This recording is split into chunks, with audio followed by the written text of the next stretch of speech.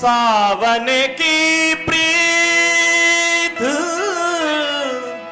काहे बैरी जगाए जगाए जगाए सखा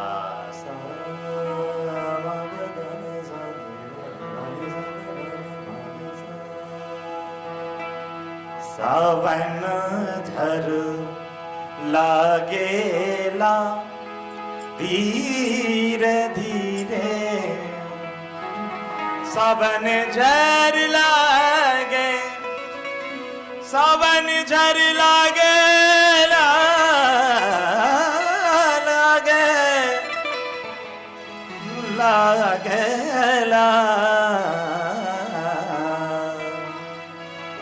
सावन झर लागेला धीरे धीरे सावन झर लागेला धीरे धीरे सावन झर लागेला धीरे धीरे सावन झर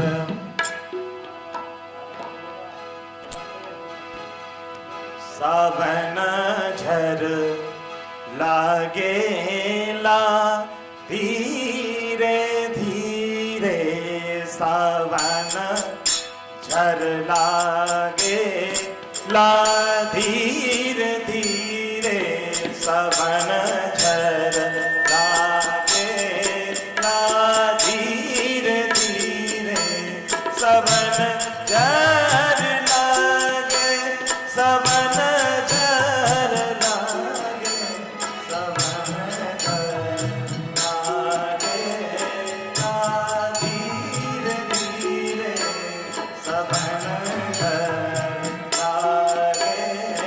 लागे धीरे धीरे सावन झर लागे सावन झर लागे सावन झर लागे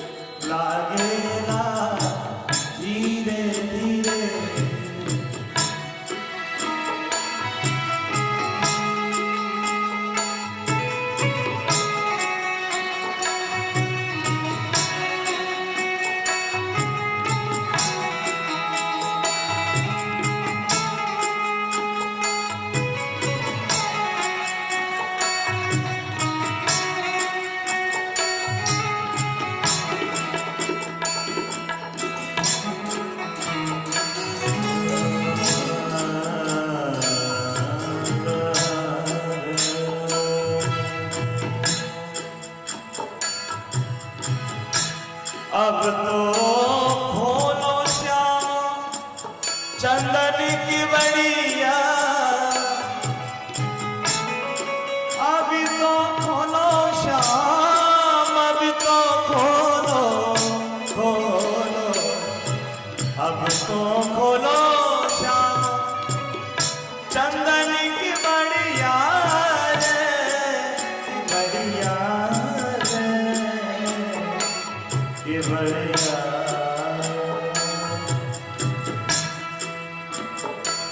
बादर गरजे रामा, बादर गरजे, बिजुली चमके रे, बादर गरजे, बिजुली चमके, चुनर मोरी भीजेला धीरे धीरे, चुनर मोरी भीजेला धीरे धीरे।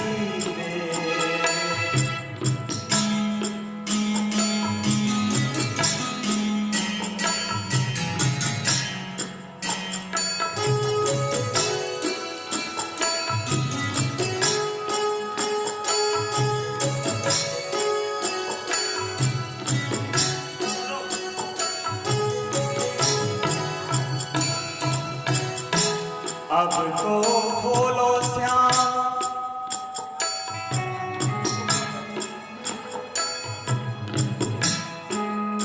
अब तो खोलो श्याम, अब तो खोलो श्याम। ये भी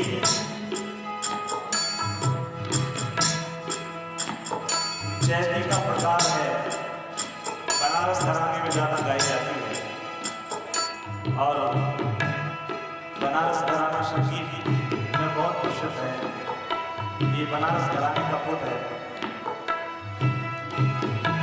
सानी रे दानी सा गमा प सानी प गमा ग सा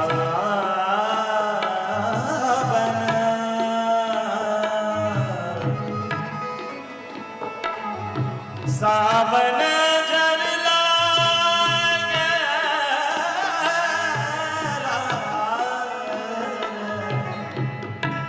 अब तो खोलो श्याम चंदन की बड़िया। एक सखी कहती है श्याम मैं दर्शन करने के लिए आई हूँ, जो चंदन के गेट तुमने लगा रखे हैं खोल दीजिए। और बहुत प्रसिद्ध गायक ने इस भजन को गाया है, श्री छन्नूलाल मिश्रा जी। अब तो खोलो, अब तो खोलो श्याम, अब तो खोलो श्याम चंदन की बड़िया,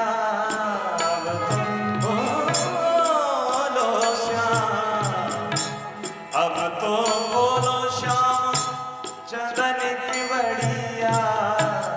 अकेली डर लागे ना धीरे धीरे, अकेली डर लागे ना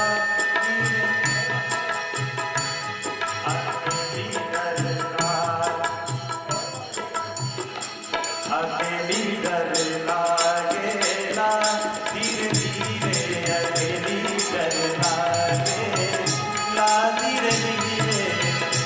क्योंकि ये इसकी जो उठन है और जो चलन है वो कई प्रकार का होता है। इसके 3 प्रकार के चलन है। अरे नर दीजी नरना तजी दरना दर नरना रे दर नरना रे दरना रे दर नरना। अब तो खोलो श्याम, अब तो खोलो श्याम, अब तो खोलो, अब तो खोलो श्याम चंदन की बड़िया। गम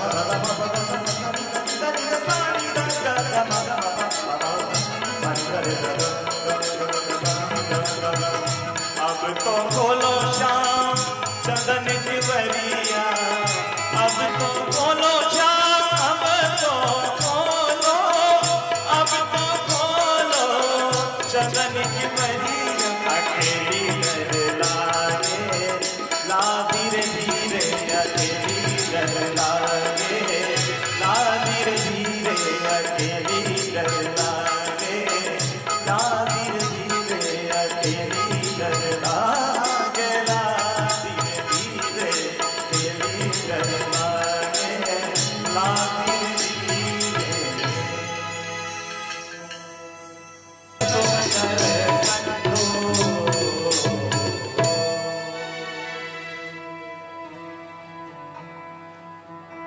किशोरी तेरे चरणन की रज पाऊं, श्यामा प्यारी चरणन की रज पाऊं, किशोरी प्यारी चरणन की रज पाऊं, श्यामा प्यारी चरणों की रज पाऊं, चरणों की रज पाऊं, श्यामा प्यारी प्यारी चरणों की रज पाऊं, राधे रानी चरणों की रज पाऊं।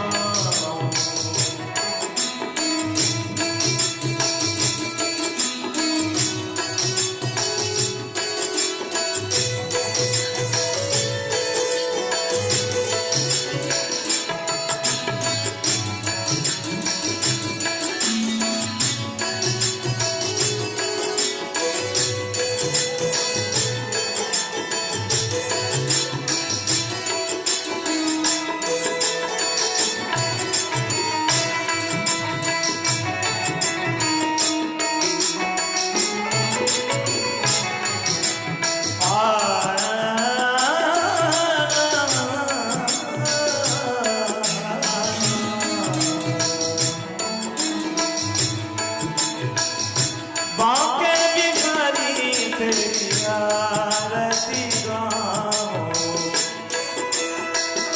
जारज को ब्रह्मादि तर से, जारज को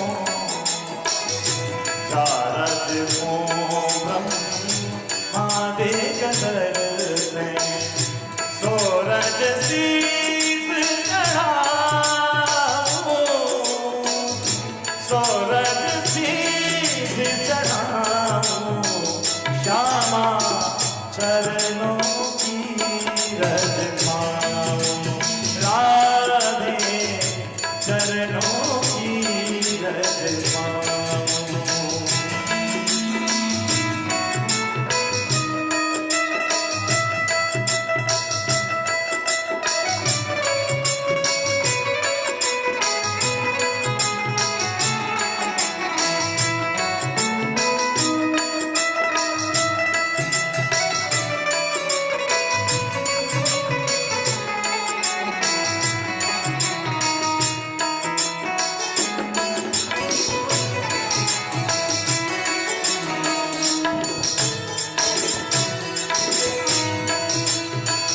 व्यास स्वामी की छवि निरखूं, व्यास स्वामी की छवि निरखूं, विमल विमल जस गाऊं, श्यामा प्यारी विमल विमल।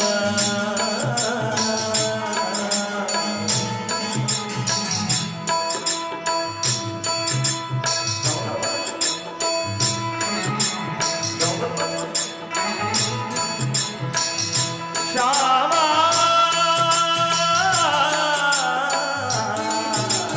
श्यामा प्यारी चरणों की रज पाऊं, श्यामा प्यारी चरणों की रज पाऊं, श्यामा प्यारी चरणों की रज पाऊं, चरणों की रज पाऊं, चरणों की रज पाऊं, चरणों की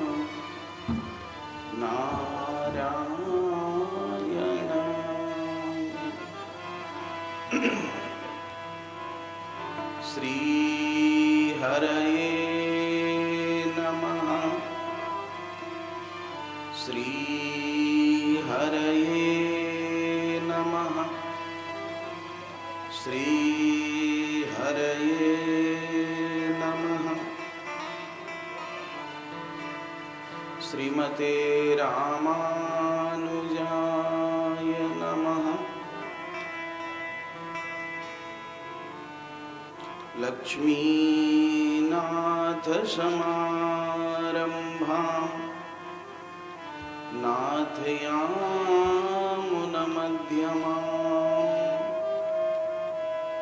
अस्मदाचार्यपर्यन्ताम् वन्दे गुरुपरम्पराम्। काषायं यज्ञसूत्रं शुचिवपुषि तथा चोर्ध्वपुण्ड्रं च भाले यस्यास्ते दक्षहस्ते कलिकुमतिगिरीन्द्रेन्द्रवज्रं त्रिदण्डम् संसाराग्निप्रशान्त्यै भृतजलममलं दारुपात्रं पवित्रम् श्रीविश्वक्सेनसूरेः पदकमलयुगं श्रेयसे संश्रयामि। श्रीमते रामानुजाय नमः।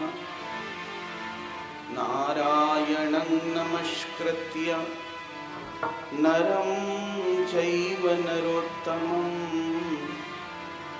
देवीं सरस्वतीं व्यासं ततो जयमुदीरयेत्। यं प्रव्रजन्तमनुपेतमपेतकृत्यं द्वैपायनो विरहकातरया जुहाव पुत्रेति तन्मयतया तरवोऽभिनेदो स्तं सर्वभूतहृदयं मुनिमानतोऽस्मि।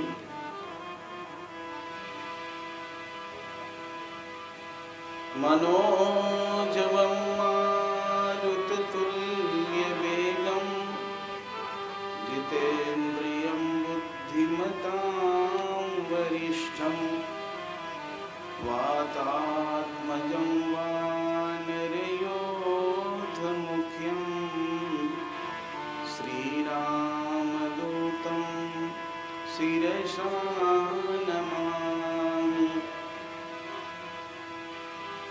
ध्येयं सदा परिभवग्नमभीष्टदोहम् तीर्थास्पदं शिवविरिञ्चिनुतं शरण्यं भृत्यार्तिहं प्रणतपालभवाब्धिपोतं वन्दे महापुरुषते चरणारविन्दम्।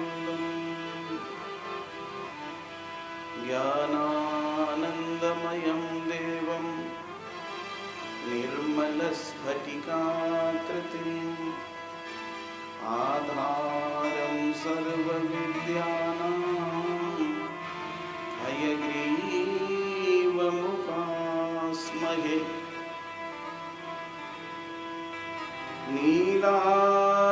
नीलाचलनिवासाय नित्याय परमात्मने सुभद्रा प्राणनाथाय जगन्नाथाय मङ्गलम् आप्तकामाय पूर्णाय पुरुषोत्तमवासिने परस्मै पुरुषायास्तु जगन्नाथाय मङ्गलम् विना वेङ्कटेशं न नाथो न नाथः सदा वेङ्कटेशं स्मरामि स्मरामि हरे वेङ्कटेश प्रसीद प्रसीद प्रियं वेङ्कटेश प्रयच्छ प्रयच्छ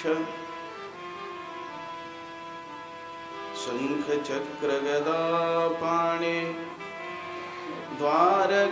द्वारकानिलयाच्युत गोविन्द पुण्डरीकाक्ष रक्ष मां शरणागतम् कृष्णाय वासुदेवाय देवकीनन्दनाय च नन्दगोपकुमाराय गोविन्दाय नमो नमः नाथरमण प्रेष्ठ क्वासि क्वासि महाभुज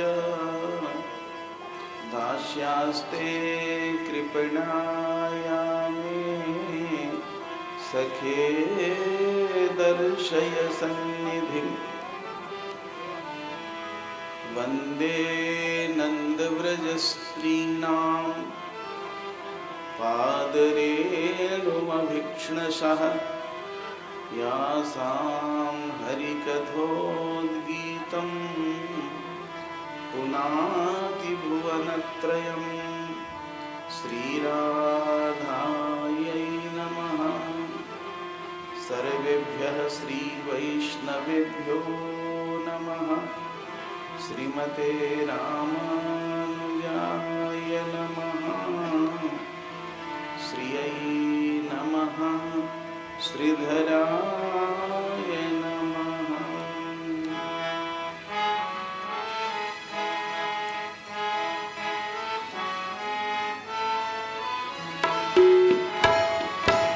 मंगल भवनय मंगलहारी मंगल भवन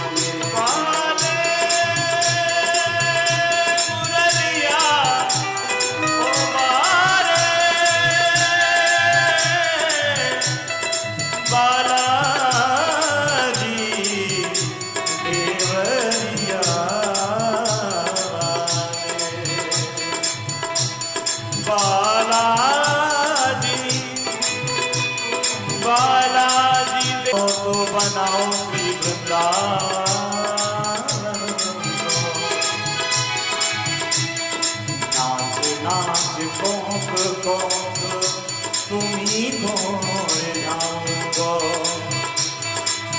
बंदर बनाओ बनाओ श्री ब्रजमंडल को बूंद बूंद फांद वृक्ष जोरना दिखाऊंगा भिक्षुक बनाओ ओ मेरी श्यामा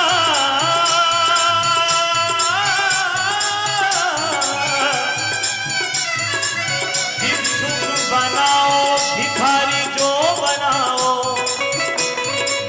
तो बनाओ श्री ब्रजमंडल को तूक हरि भगतन सो मांग मांग मांगो प्रति को करोगी बसन देवी कालिंदी तीर आठों याम श्यामा श्याम श्यामा श्याम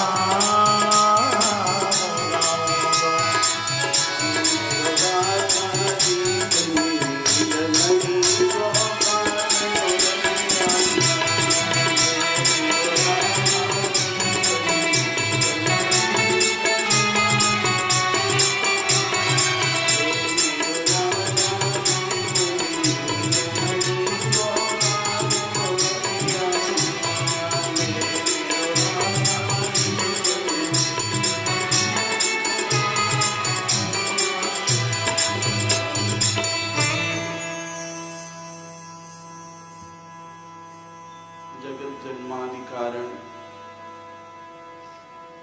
सर्वेश्वर सर्वशक्तिमान अघटित घटना पटियान निखिल हेय प्रत्यनीक कल्याण गुणगणैकतान श्वेतर समस्त वस्तु विलक्षण चिद चिद विशिष्ट ब्रह्म कालिंदी कूल खेल कारक श्री भगवान जगन्नाथ की दिव्य सन्निधि में उन्हीं के श्री चरणारविंदों में बैठकर उन्हीं की प्रेरणा से उन्हीं की दी हुई मत के अनुरूप एक प्रयास भगवत चरित्र गायन का उन्हीं का दिव्य चरित्र उन्हीं की प्रेरणा से जिस व्यास जिस न्याय से बच्चा पिता के सामने तुतली बोली में तुतलाता है उसी भांत भगवान जगन्नाथ के मुखोल्लास के लिए उनकी प्रसन्नता के लिए उनका चरित्र उनके चरणों में समर्पित कर रहा हूँ। आगे की कथा आप सुने। उपस्थित हमारे वैष्णवाचार्य महानुभाव सभी के चरणों में इस व्यासपीठ से नमस्कार करके उन लोगों से आज्ञा लेकर के आगे के चरित्र को कह रहा हूँ। गंगा जी का पावन तट कल कल छल छल निनाद करती हुई भागीरथी प्रवाहित हो रही है। उत्तर तट पर जिज्ञासु महाभागवत पांडव वंश के देदीप्यमान्य सूर्य देदीप्यमान सूर्य महाभागवत परीक्षित जी विराजमान हैं। परमहंसों के भी गुरु साक्षात भगवान कृष्ण ही दिगंबर वेश में साधु के वेश में उन्हें जगन्नाथ जी के चरित्र का आह्वान करा रहे। भगवान के विविध रूप है ना। भगवान का एक नारद रूप भी है, भगवान का एक व्यास रूप भी है, भगवान का एक शुक रूप भी है। कहते हैं कि राजन, कामदेव, जिस काम से सभी की सृष्टि हुई है, वह कामदेव भी भगवान वासुदेव जगन्नाथ का ही अंश है। कामदेव का पुनर्जन्म होना है, कामदेव का अवतार होना है। तो हाथ जोड़ करके श्री परीक्षित जी कहते हैं कि प्रभु कृपा करके बताएं, कामदेव पुनर्जन्म क्यों लिए? कामस्तु वासुदेवांसो दग्ध प्रागरुद्र मन्युना।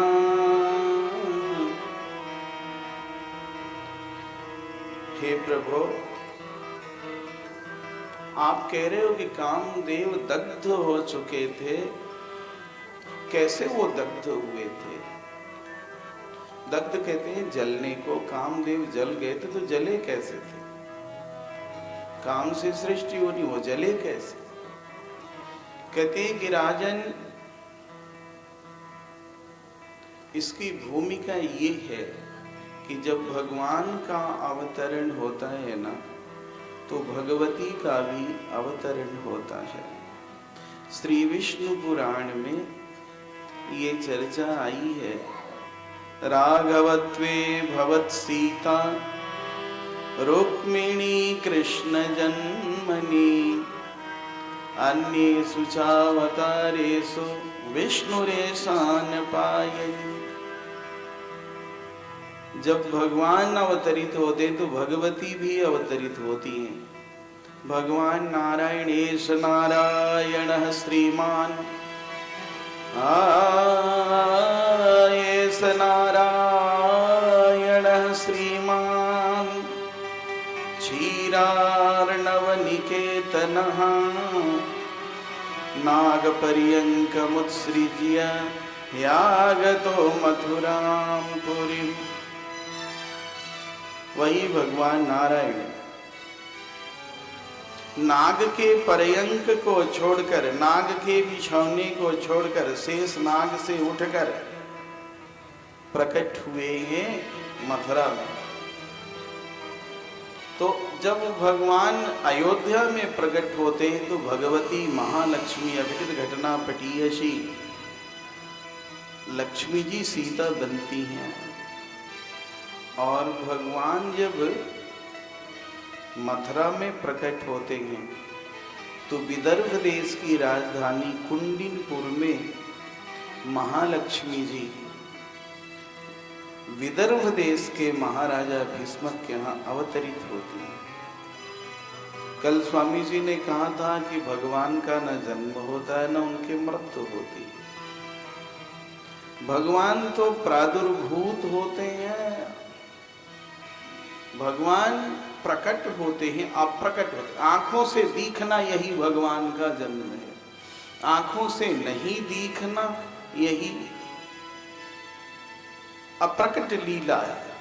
लेकिन भगवान तो पहले भी थे, भगवान अब भी हैं और भगवान बाद में भी रहेंगे। तो जब भगवान कृष्ण का स्वरूप धारण किए,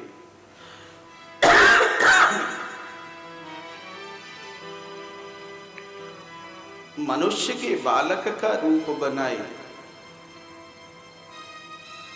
तो उनके वक्षस्थल में रहने वाली नीला देवी, लक्ष्मी के विविध रूप है। जैसे भगवान के विविध रूप है ना, श्री लक्ष्मी जी के भी विविध रूप हैं। एक लक्ष्मी जिन्हें भोग लक्ष्मी कहते हैं, दूसरे को योग लक्ष्मी कहते हैं, तीसरी को वीर लक्ष्मी कहते हैं। जहां देवालय भगवान का होता है वहां तीनों लक्ष्मी रहती है। जो वक्षस्थल में लक्ष्मी जी विराजमान रहती हैं, तद वक्षस्थल नित्यवासरसिकाम तच्छांति संवर्धिनी। भगवान के वक्षस्थल में लक्ष्मी रहती हैं, उन लक्ष्मी को योग लक्ष्मी कहते हैं। आपने देखा होगा कि भगवान खड़े हैं दक्षिण पार्श्व में और वाम पार्श्व में लक्ष्मी खड़ी हैं। एक श्री देवी हैं दक्षिण तरफ में और बाईं तरफ में भू देवी है। उनको योग लक्ष्मी, भोग लक्ष्मी, उनको भोग लक्ष्मी कहते हैं। और एक स्वतंत्र मंदिर होता है लक्ष्मी जी का। जैसे भगवान जगन्नाथ हैं, जगन्नाथ और बलभद्र के बीच में लक्ष्मी जी विराजमान है। बीच में आपने दर्शन किया होगा कि बाईं तरफ इधर भगवान कृष्ण जगन्नाथ हैं, दाहिनी तरफ बड़े भैया बलभद्र जी हैं और बीच में श्री लक्ष्मी जी हैं। तुम बोलो नहीं, वो तो बहन है। लोग कहते हैं ना सुभद्रा बहन है। दोनों भाई खड़े, बहन खड़ी है। लेकिन इस पर ध्यान दो, सुभद्रा प्राणनाथाय जगन्नाथाय मंगलम। बहन का भाई प्राणनाथ नहीं होता, पत्नी के पति प्राणनाथ होते हैं। आप्त कामाय पूर्णाय पुरुषोत्तम वासिने परस्मै पुरुषायास्तु जगन्नाथाय मंगलम। जो पर ब्रह्म है, जिनके लिए एकम सद विप्रा बहुधा वदन्ति वदन्ति तत्तद्विद तत्त्वं यज्ञानमद्वयम् ब्रह्मेति परमात्मेति भगवानिति शब्द्यते। विद्वान लोग एक ही परम तत्व को विविध नामों से कहा करते हैं। तो जो परम तत्व है, जिसके अलावा कुछ नहीं है, जो परतर है, वो है जगन्नाथ। अब बीच में भद्रा जी है, उन्हीं को सुभद्रा भी, तस्मै सुभद्र स्रवसे नमो नमः। तो लक्ष्मी जी विराजमान है। एक लक्ष्मी वक्षस्थल में है, उनको योग लक्ष्मी कहते हैं, उन्हें ही नीला देवी भी कहते हैं। सामने जो अगल बगल में खड़ी हैं वो भोग लक्ष्मी है। स्वतंत्र जो मंदिर है जगन्नाथ जी में, देखना पीछे लक्ष्मी जी का मंदिर है, उन्हें योग लक्ष्मी कहते हैं। भगवान कृष्ण की लीलाएं 3 भागों में वर्णित है श्रीमद् भागवत महापुराण में। भगवान की लीला व्रज लीला, 11.5 वर्ष तक भगवान श्री कृष्ण श्री व्रज में रहे हैं। व्रज लीला है। तो ब्रज में जो लक्ष्मी है, व्रज लक्ष्मी, क्योंकि लक्ष्मी के बगैर भगवान रह नहीं सकते। जहां सूर्य होंगे, सूर्य की प्रभा अवश्य होगी। ऐसा कभी नहीं हो सकता है कि सूर्य है और सूर्य की रोशनी नहीं है। तो भगवान नारायण की रोशनी, भगवान नारायण की प्रभा, वो क्या है? वही है लक्ष्मी। तो ब्रज लक्ष्मी राधा रानी है, जिनको राधा कहते हैं।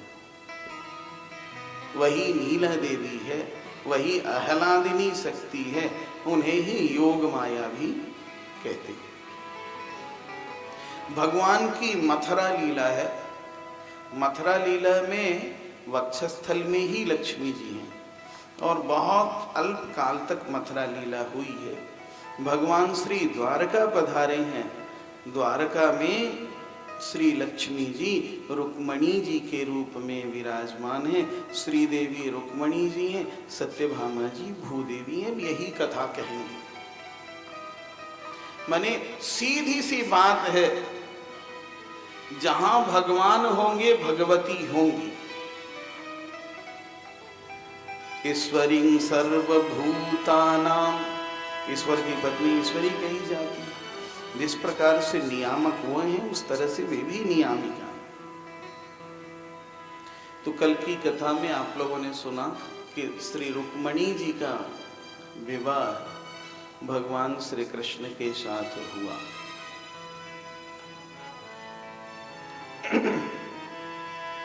तदा महोत्सवो नृणां यदुपुरीणां गृहे गृहे। जब भगवान का विवाह होने लगा तो संपूर्ण द्वारका में घर घर में बधाइयां बजने लगी, घर घर में मंगल कलश रखे गए, घर घर में महोत्सव होने लगा। होता भी क्यों नहीं राजन? अभूदनन्य भावानां कृष्णे यदुपतौ नृप। राजन, जो भी द्वारकावासी थे ना, वो भगवान कृष्ण के अनन्य भक्त थे। कृष्ण जिस तरह से ब्रजवासी अनन्य थे, द्वारकावासी भी उसी तरह से अनन्य थे। अब कहते हैं कि प्रभु रुद्र ने, शिव जी ने कामदेव को भस्म कर दिया था और कामदेव का पुनर्जन्म हुआ रुक्मणी जी के गर्भ से, लक्ष्मी जी के गर्भ से कामदेव प्रकट भये। इसकी कथा क्या है? यहाँ तो सीधी सी कथा कहते हैं कि श्री रुक्मणी जी गर्भवती भई और उनके गर्भ से प्रद्युम्न जी का जन्म हुआ। प्रद्युम्न जी देखने में एकदम भगवान कृष्ण की तरह थे। राजन सूतिका गृह में थे। अभी होम भी नहीं हुआ था शुद्धि के लिए। चूड़ा पहनाना और कुआं पूजना तो बहुत दूर की बात थी। तब तक एक असुर, उसका नाम था शंबरासुर, और शंबरासुर को ये जानकारी थी कि कामदेव का जन्म कृष्ण के यहाँ होना है। उसने उठा लिया था, उठाकर समंदर में डाल दिया। कहेगी प्रभु उसको ये जानकारी कैसे मिली? और आखिर कामदेव का जन्म हो भी रहा है तो उससे उसको परेशानी क्या थी? कहते हैं कि राजन, पूजा पाठ तो असुर भी करते थे। देखो, पूजा पाठ कर देना ये बहुत बड़ी महत्वपूर्ण चीज है, नहीं बहुत महत्वशालिनी चीज है ये नहीं है। परमार्थ में इसकी अहम भूमिका नहीं है। पूजा पाठ तो असुर भी करते हैं। रावण जितनी पूजा करता था कोई पूजा कर ही नहीं सकता। कुंभकर्ण जितने यज्ञों को संपादित किया था उतना यज्ञ कोई कर नहीं सकता। निकुंभला देवी की इतनी पूजा उसने की है। राजा नृग ने जितना दान किया है, तो दान करना या पूजा करना ये परमार्थ पथ की अहम भूमिका नहीं है। पूजा तो बहुत लोग करते हैं। भाव क्या है पूजा के प्रति? पूजा करने का लक्ष्य क्या है? पूजा क्यों की जा रही है? अहम प्रश्न ये कि हम पूजा कर रहे हैं तो क्यों कर रहे हैं? वही बात, तन मन धन सब सर्वस सब कुछ है तेरा, स्वामी सब कुछ है तेरा, तेरा कुछ तो है तेरा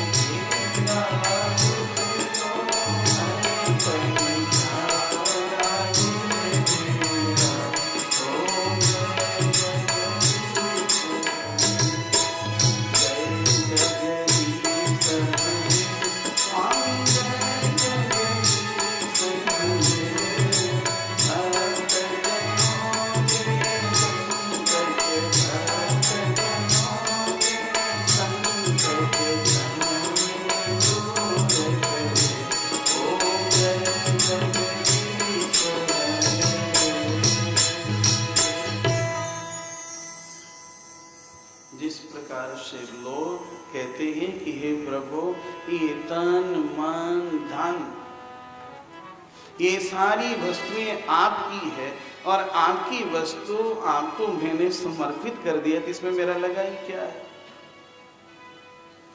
सुनने में तो बहुत बढ़िया लगता है, कहने में भी बहुत बढ़िया लगता है, लेकिन हृदय से ये भाव नहीं आता। आदमी संकोच करता है मन में तो भाव ये बना हुआ है कि तन मन धन ये सारी वस्तुएं मेरी है और मेरी वस्तु है, मैंने तुझे अर्पित किया है तो उसके फलस्वरूप मुझे कुछ मिलना चाहिए। कहां हुई ये पूजा? बातें कुछ हो रही है, भाव कुछ बन रहा है, ये पूजा कैसे? हर हर महादेव कहे, एक कलसी जल घाल दिया शिव जी के मस्तक पर। शिव जी से कहा कि प्रभु आप समर्थ हो, आपको पता ही ये जल मैंने आपको क्यों चढ़ाया है, इतनी दूर पैदल चल करके मैं क्यों आया हूं, आपको पता है? अरे ये जल चढ़ाने का मेरा लक्ष्य है कि जल चढ़ाने से आप क्या कहे, प्रभु एक कलसी गंगा जल चढ़ाया हूं, कम से कम 1 करोड़ का फायदा जरूर होना चाहिए। और यदि फायदा नहीं हुआ तो कल से जल चढ़ाना बंद। वो गीत गाएगा, तन मन धन सब सर्वस सब कुछ है तेरा। ये कौन सी पूजा हो? आपने अपने घर पर बुला लिया और बुला करके किसी का खूब खातिरदारी किया, खूब अच्छी खातिरदारी आपने की। खातिरदारी करने के बाद उनको खिलाया पिलाया बहुत बढ़िया से। जब वो जाने लगे तो कहा, महाराज जी ये इतनी खातिरदारी आपकी मैंने क्यों की है, आपको पता है? कहा, नहीं साहब आपने मुझे बुलाया था, आपने खातिरदारी की, मुझे तो ऐसा कुछ पता नहीं है। कहा कि खातिरदारी इसलिए की है कि आपकी खातिरदारी में मेरा 5,000 रुपया खर्च हुआ है, कृपया आप 5 लाख यहाँ रख लें और इसके बाद बाहर जाएं, बस। जय राम जी। अब बताओ जिसकी खातिरदारी हो उसको कैसा पड़ेगा, कैसा लगेगा उसे? तो पूजा ऐसी पूजा नहीं, तन मन धन सब सर्वस सब कुछ है तेरा। गीत तो गा दिया हमने किंतु हृदय में भाव जागृत नहीं है, ऐसी पूजा नहीं। कुछ तो तामसिक पूजा इसलिए करते हैं कि इस ऐश्वर्य की प्राप्ति मुझे हो जाए। कहते हैं कि कामदेव पर नाराज होकर, कामदेव का तो स्वभाव है वो 5 बाणों को मारता ही है। शिव जी समाधि लगा रहे थे, उसने अपने बाणों का प्रयोग किया। बाणों का प्रयोग किया माने मन विचलित कर दे। तपस्या 2 चीजों से भंग होती है मेरे बंधु। आज भागवत जी की पूर्णाहुति पर जगन्नाथ जी के चरणारविंदों में बैठ करके ही निवेदन कर रहा हूं। तपस्या भंग होगी या तो कंचन से, या तपस्या भंग होगी कामिनी से। यदि कंचन से तपस्या भंग नहीं हुई तो फेंक दिया कामिनी को, गए। कामिनी से भंग नहीं तो कंचन, कहीं न कहीं जो है तपस्या भंग हो जाती। शिव जी तपस्या करने के लिए बैठे तो कामदेव ने अपने बाणों को चलाया। शिव जी को बड़ी झुंझलाहट हुई। उन्होंने कहा, भला बताओ अकारण ये द्रोह कर रहा है। शिव जी ने उसे जला दिया। जब कामदेव जल गया तो रति उसकी पत्नी थी, रोने लगी, कहने लगी कि प्रभु मैं विश्व सुंदरी हूं, मेरी अस्मिता की रक्षा कैसे होगी? पति ने अपराध किया, दंड मुझे मिला। कहा तुझे मैंने कहा दंड दिया? कहा किसी को विधवा कर दो, कहो कि तुम्हें दंड नहीं दिया, ये कोई बात हुई? शिव जी ने कहा तेरा पति जीवित हो जाएगा किंतु अनंग रहेगा, इसका अंग नहीं रहेगा। रति जी ने कहा कि पति जीवित हो किंतु उसका अंग ना हो, शरीर नहीं हो, तो उसे पत्नी को क्या लाभ होगा? तो शिव जी ने आशीर्वाद दिया कि जब महालक्ष्मी का विवाह भगवान के साथ होगा तो उनके गर्भ से यह पैदा होगा, इसका नाम प्रद्युम्न होगा। शंबरासुर रोज शिव जी की पूजा करता था और रति भी पूजा करती थी। इधर तो वो ओम नमो गणेभ्यो गणपतिभ्यो नमो नमो प्रातेभ्यो प्रातपतिभ्यो नमो नमः करता था, बिल्व पत्र चढ़ाता था, उधर से रति को देखते रहता था। इतनी सुंदर थी, इतनी स्मार्ट थी कि वो अपने नजरों को बचा नहीं पाता था, देखते रहता था। अब उसके मन में एक ही बात थी, शिव जी तो प्रसन्न होने वाले, देवता तुरंत ही प्रसन्न हो गए। कहा कि तू वरदान मांग ले। तो उसने कहा कि प्रभु ऐसा वरदान मुझे दीजिए कि जो मेरे से युद्ध करने जावे उसकी सारी शक्ति मेरे में सन्निहित है जा। और शिव जी न ऊपर सोचे न नीचे सोचे कि ऐसा ही होगा। अब तो वो देखने लगा, रति गिड़गिड़ाने लगी। रति ने कहा अब तो मेरे साथ ही अनर्थ कर डालेगा। तो जिस माया को समझाया था शिव जी को, वही माया शंकर जी ने रति को भी प्रदान कर दिया। रति को भी वही माया प्रदान कर दी। रति को वह ले गया और ले जाकर के अपने पाकशाला की दासी बना दिया। रति के पास वो माया थी, इसलिए उसके साथ वह जबरदस्ती नहीं कर सकता था। देखा कि रति तब तक मेरे बस में नहीं होगी जब तक इसके मन में आशा रहेगी कि मेरा पति जन्म लेगा। तो इसके पति का जन्म हो चुका है, इसको मार डालो, फिर तो स्वतः ही मेरे पास हो जाएगी। इसी वजह से राजन उसने जैसे ही जन्म प्रद्युम्न का हुआ, सूतिका गृह से उठा ले आया और उठा करके समुद्र में डाला। समुद्र में डाला तो उसे बहुत बड़ी मछली निकल गई। मछली को मछुआरे ने पकड़ा। तो उस जमाने में भी जो असुर होते थे, राक्षस होते थे, वो मछली खाते थे। और मछली कोई मनुष्य तो खा नहीं सकता। कहीं कोई चर्चा नहीं कि कोई देवी देवता भी मछली खाते। मछली जिसने खा ली, कौन सी ऐसी गंदगी है उसको नहीं खाया। तो उसके यहाँ बेच दिया। पाकशाला में मछली गई, मछली को बनाने की बात आई, वो काटने लगे। उसके कूक माने पाचक जो बनाने वाले, उन्होंने कहा रति से, रति का नाम उसने मायावती रख दिया था।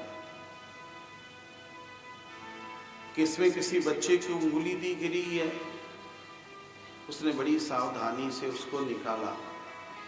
निकालने के बाद देखा, कहने लगी कि ये दूसरा कोई हो ही नहीं सकता है। ब्रह्मा की सृष्टि में बालक इतना सुंदर नहीं होता है। ये मेरे पतिदेव साक्षात कामदेव हैं। उनके गुप्त अंगों में कोई चिन्ह था जिसे देख करके उसने पहचान लिया और बड़ा ही पोषण किया, दिव्य औषधियों का पान कराया। कुछ ही दिनों में प्रद्युम्न जी जवान दिखने लगे। एक दिन प्रद्युम्न जी ने मायावती से कहा कि आप तो कहीं क्या कह रहे हैं, बोलिए। कहा कि आपके हाव भाव कटाक्ष मेरी समझ से बाहर की चीज है। आप उस तरह से व्यवहार मुझसे कर रही हैं जिस प्रकार से पत्नी पति के साथ करती है आप माँ, और आपका व्यवहार। तब उसने सारी कथा उसे सुना दी। ऐसे ऐसे ऐसे ऐसे हुआ, आपका ऐसे जन्म हुआ, पूरी कथा ही कह डाली। और इसके बाद जिस माया को सीखी थी शिव जी से, उस माया को उनको सिखा दिया। तो एक तो साक्षात भगवान के अंशावतार प्रद्युम्न जी हैं।